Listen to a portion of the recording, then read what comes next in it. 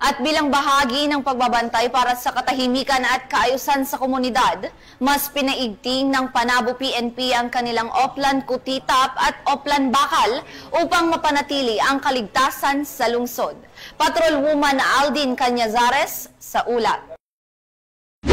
Mapanatili ang kaayusan, katahimikan at kaligtasan ng publiko, mas pinaigting ng Panabo City Police Station ang kanilang presensya sa mga pampublikong lugar sa pamamagitan ng sabayang operasyon ng Oplan Kapkap, Bakalsita at Oplan Kutitap Night Patrol noong gabi ng Agosto 2 taong kasalukuyan.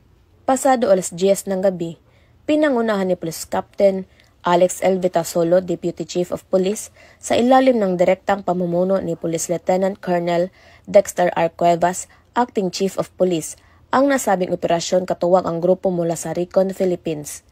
Sa operasyon ng Oplan Kapkap, Bakalsita, masusing sinuri ng kapulisan ang mga nasa inuman, bars at establisimento sa lungsod upang masigurong walang nagdadala ng mga armas o anumang bagay na maaaring magbanta sa kapayapaan at kaligtasan ng publiko. Kasabay ng operasyon ay isinagawa rin ang Oplan Kutitap na siyang lokal na bersyon ng Oplan Sagip Bata, isang inisyatiba na nakatuon sa curfew enforcement para sa mga minor de edad batay sa Executive Number 47 of 2000.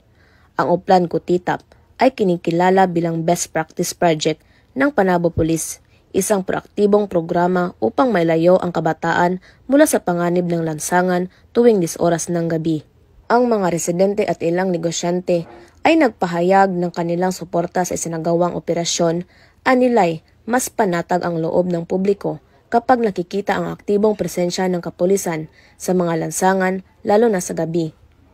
Sa patuloy na pagpapatupad ng mga programang gaya ng Oplan Kutitap at Bakalsita, nananatiling tapat ang Panabo City Police Station sa adikhaing seguridad, serbisyo at simpatya para sa sambayanan.